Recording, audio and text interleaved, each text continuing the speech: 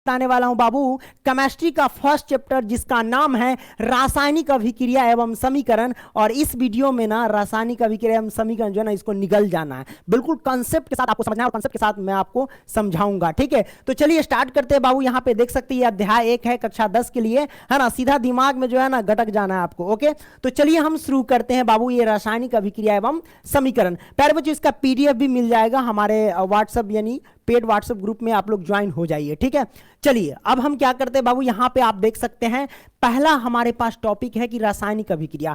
आखिर हम समझते हैं कि रासायनिक अभिक्रिया हम कहते किसे, है ना। तो जैसा कि आप यहां पे देख सकते हैं लिखा गया है कि रासायनिक अभिक्रिया वे पदार्थ है जिनमें दो या दो से अधिक पदार्थ मिलकर नए गुणधर्म वाले नए पदार्थ का निर्माण करते हैं। कहने का मतलब जैसे कि दो या दो से अधिक पदार्थ मिलकर, मान लो कि जैसे कि मान लेते हैं कि चावल हो गया पानी हो गया, ये दोनों मिलकर के यानी दोनों को अगर हम आग देते हैं यानी पकाते हैं तो क्या बनता है, भात बनता है ना। तो वो क्या हो जाएगा बाबू, रासायनिक अभिक्रिया का उदाहरण हो जाएगा। तो जैसे कि आप देख सकते हैं कि मैंने क्या बोला कि रासायनिक अभिक्रिया वे पदार्थ है जिनमें दो या दो से अधिक पदार्थ होना चाहिए और दोनों पदार्थ मिल करके नए गुणधर्म वाले पदार्थ का निर्माण कर देता है, उसे ही हम रासायनिक अभिक्रिया कहते हैं। जैसे कि उदाहरण में आप यहां पे देख सकते हैं, जैसे कि हाइड्रोजन है, हाइड्रोजन क्या है, ये गैस है। ऑक्सीजन क्या है, ये गैस है ना। दोनों मिलकर के क्या चीज का निर्माण किया बाबू, तो H2O यानी जल का निर्माण किया है, जो कि जल क्या होता है, लिक्विड होता है। ठीक है, तो कहने का मतलब आप देख सकते हैं दो या दो से अधिक पदार्थ है, मतलब यहां पे दो पदार्थ है, दोनों ने मिलकर के किसका निर्माण किया बाबू, जल का निर्माण किया। और जल का गुणधर्म अलग होता है क्योंकि ये हाइड्रोजन गैस है और लिक्विड ऑक्सीजन क्या है, गैस है। इन सबका गुणधर्म अलग है और ये जल का गुणधर्म अलग है। तो इन दोनों ने मिलकर के एक नए गुणधर्म वाले पदार्थ का निर्माण कर दिया, इसी को तो कहते हैं रासायनिक अभिक्रिया। ठीक है, यहां पे देख सकते हैं जैसे कि मैग्नीशियम है जो कि क्या है बाबू, सॉलिड है, सॉलिड यानी ठोस है ना।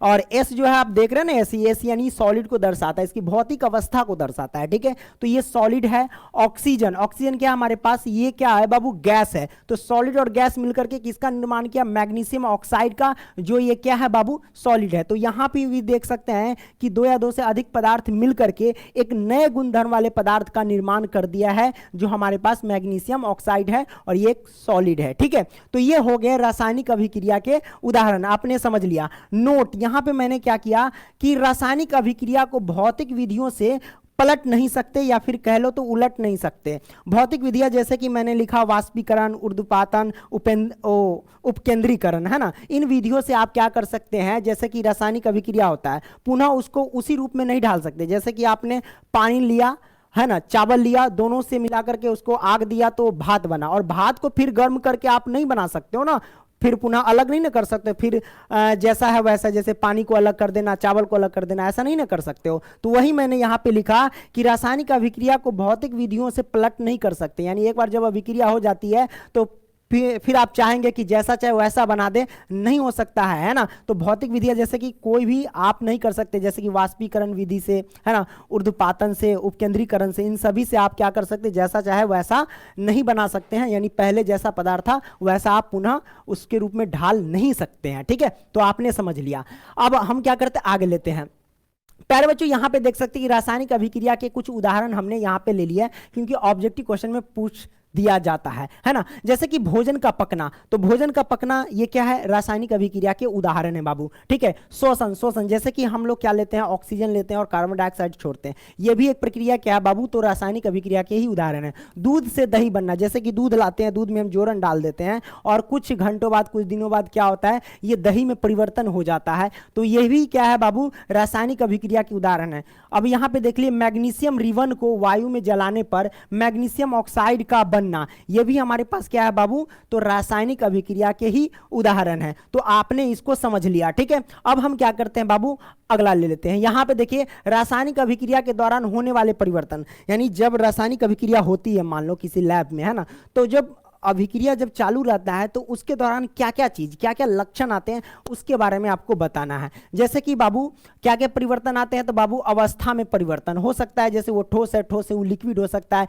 या लिक्विड से ठोस हो सकता है ना, या एक्वस हो सकता है। तो अवस्था में परिवर्तन, ठीक है, अवस्था में परिवर्तन कहने का मतलब जैसे ठोस है और उसको हो सकता है गर्म करने के बाद वो लिक्विड हो गया, है ना, पानी के रूप में आ गया, तो ये हुआ अवस्था में परिवर्तन। तो रासायनिक अभिक्रिया के दौरान ये सब होता है, ठीक है। रंग में परिवर्तन, रंग में भी परिवर्तन हो जाता है, पहले कुछ और कलर का होगा, रासायनिक अभिक्रिया होने के बाद कुछ और कलर का हो जाएगा, है ना। उसके बाद तापमान में परिवर्तन, यानी टेम्परेचर में भी परिवर्तन होता है ना। पहले उसका टेम्परेचर कुछ और होगा, बाद में कुछ और हो जाएगा, ठीक है। उसके बाद गैसों का, तो गैस भी निकलते रहते हैं, ठीक है। तो ये हो गया रासायनिक अभिक्रिया के दौरान होने वाले परिवर्तन, ठीक है। आगे हम देख लेते हैं बाबू, यहां पे देख लेते हैं अभिकारक और उत्पाद। हम यहां पे समझेंगे कि अभिकारक और उत्पाद क्या होता है। तो प्यारे बच्चों यहां इस उदाहरण की मदद से समझ लेते हैं। जैसे कि मैग्नीशियम और ऑक्सीजन, ये दोनों अभिक्रिया करके मैग्नीशियम ऑक्साइड का निर्माण कर रहा है, ठीक है। तो ये हमारे पास इस साइड क्या है बाबू, इस साइड ये हमारे पास क्या है, अभिकारक है। क्या है, अभिकारक है, ठीक है। और इस साइड क्या है बाबू, ये उत्पाद है, उत्पाद है, ठीक है। तो आपने देखा कि रासायनिक अभिक्रिया में जो भाग ले रहा है उसी को हम अभिकारक बोलते हैं, और उत्पाद किसे बोलते हैं, तो बाबू रासायनिक अभिक्रिया में जो भी भाग लेता है उससे मिलकर के जो बनता है उसे हम क्या बोलते हैं, उत्पाद बोलते हैं। तो वही हमने लिखा कि पहले अभिकारक किसे कहते हैं, तो अभिकारक वैसे पदार्थ को कहते हैं जो रासायनिक अभिक्रिया में क्या लेता है बाबू, भाग लेता है, उसे हम क्या कहते हैं, अभिकारक कहते हैं। तो जैसा कि आप देख सकते हैं ये रासायनिक अभिक्रिया में क्या लिया है, भाग लिया है, ठीक है। अब बात करते हैं उत्पाद। उत्पाद वैसे पदार्थ को कहते हैं जिसका निर्माण अभिकारकों से मिलकर के होता है। जैसे कि ये हमारे पास क्या है, ये सब अभिकारक है, इससे मिलकर के हमें क्या किया, उत्पाद का निर्माण कर दिया। तो आपने समझ लिया अभिकारक क्या होता है, उत्पाद।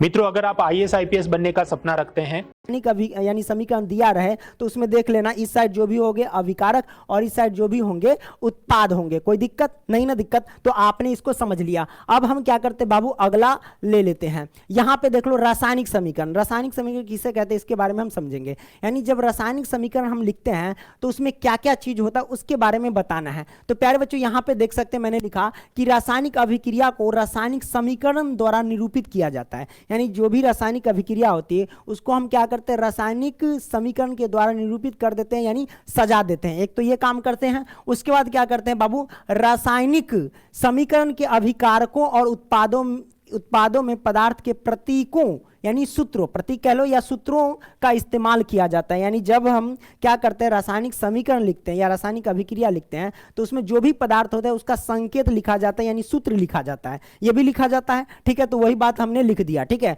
और प्रतीकों के साथ उनकी भौतिक अवस्था को भी दर्शाया जाता है, यानी भौतिक अवस्था को बताया जाता है। जैसे वो ठोस है, द्रव है, गैस है, एक्वस है, एक्वस यानी जलीय विलयन, उसको बताया जाता है, ठीक है। आपने समझ लिया। तो जैसे कि आप देखो ये हमारे पास क्या रासायनिक अभिक्रिया, और इस रासायनिक अभिक्रिया को क्या किया, रासायनिक समीकरण के द्वारा इसको सजाया गया है, ठीक है ना। तो यहां पे देख सकते हैं मैग्नीशियम जो कि ठोस है। तो ये जो हमारे पास जो है ठोस, यानी एस जो मैंने लिखा, यही भौतिक अवस्था को दर्शा रहा है कि मैग्नीशियम क्या है, ठोस है या द्रव है या गैस है, वो आपको बताना होता है, ठीक है। तो एस लगा है, इसका मतलब सॉलिड है, यानी ये ठोस है, ठीक है। जी लगा है यानी गैस है, यानी ऑक्सीजन जो है वो गैस है, ठीक है। और एम जो मैग्नीशियम ऑक्साइड जो हमारे पास वो क्या है, एस लगा है तो सॉलिड है। तो ये हो गया, एस लिख दिया, जी लिख दिया, एस लिख दिया, ये हुआ भौतिक अवस्था को दर्शा